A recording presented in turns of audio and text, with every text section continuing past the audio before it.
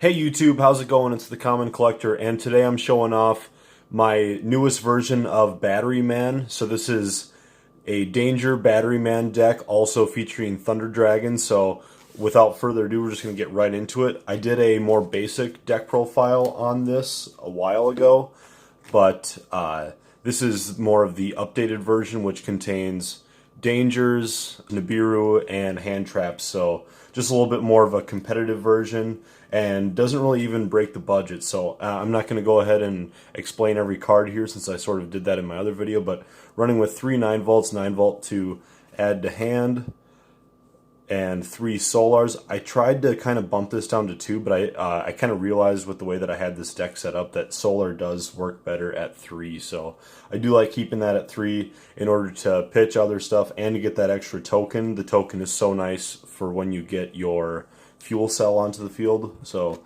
going on, I took the micro cells out of the deck now because, let's be honest, flip effects aren't very competitive anymore, but we're going on now to 3 of the charger. So Charger is basically your main engine of the deck.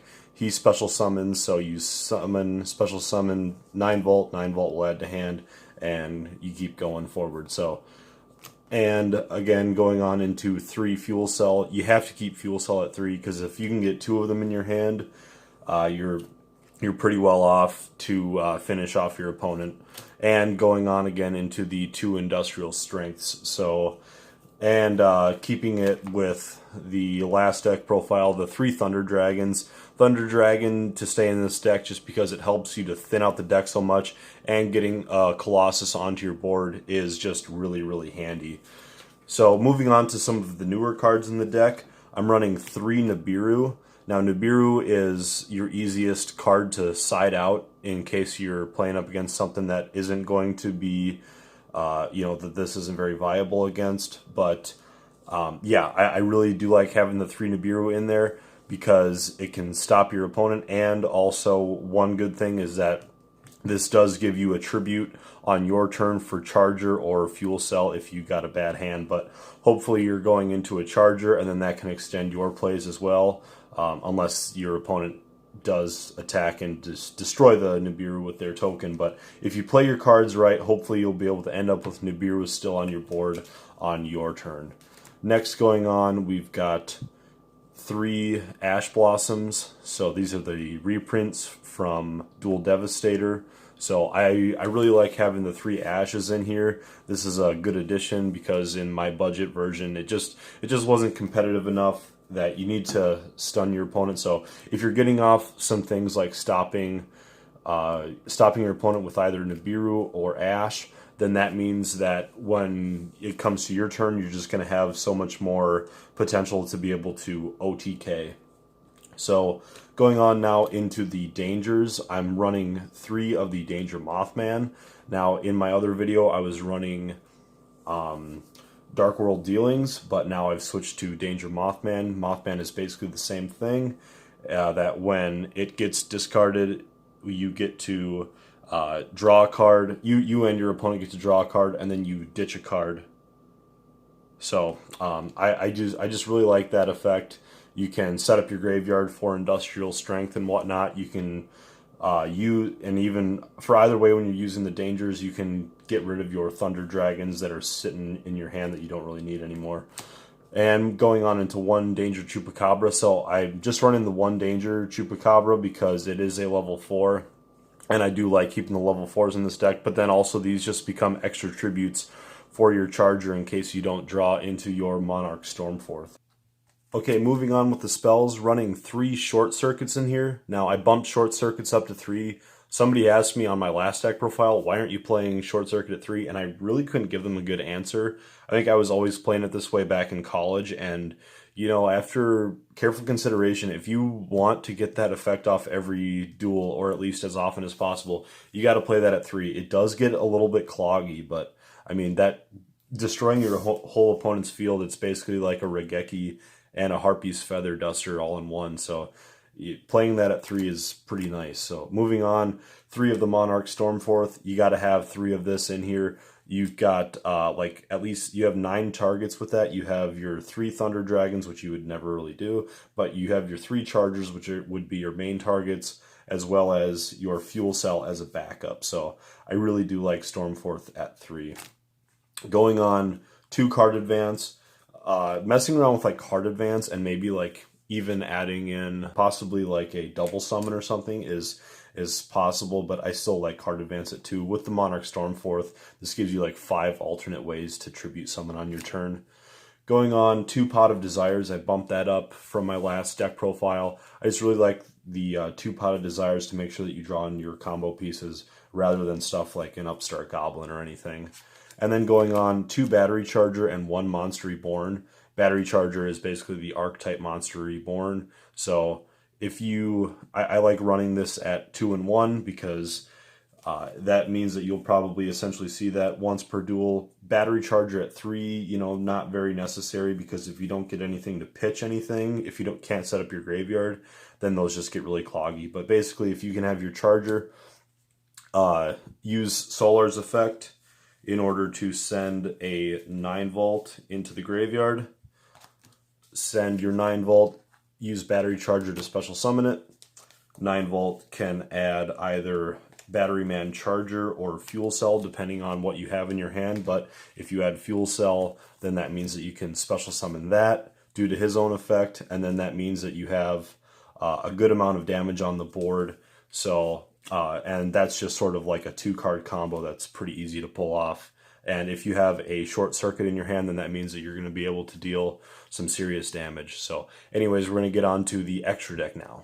The extra deck, we have 2 Thunder Dragon Colossus. I believe I had this the same in my last deck profile, but Colossus is in just such a good place right now. It's a very useful card, and it really doesn't clog up the main deck or the extra deck very much, since we hardly ever use the extra deck.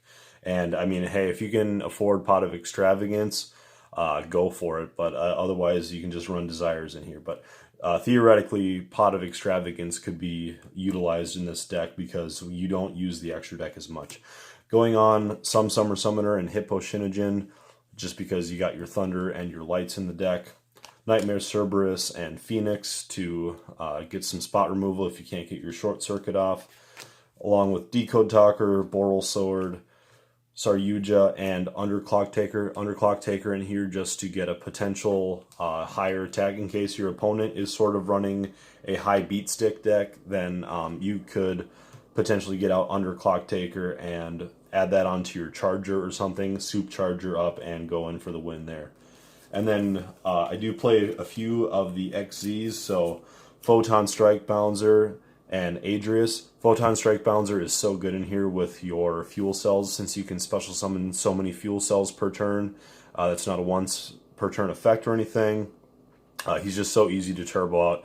And with your Photon Strike Bouncer, you can potentially lock your opponent out so that they can't use any monster effects. If you can get them down to like 800 life points on your first turn, then they go on to their turn. Photon Strike Bouncer just kind of puts them in a lock and they can't do anything. Then going on, a Starliege Paladynamo for more effect negation, 1 Honor Arc, and Gagaga Cowboy.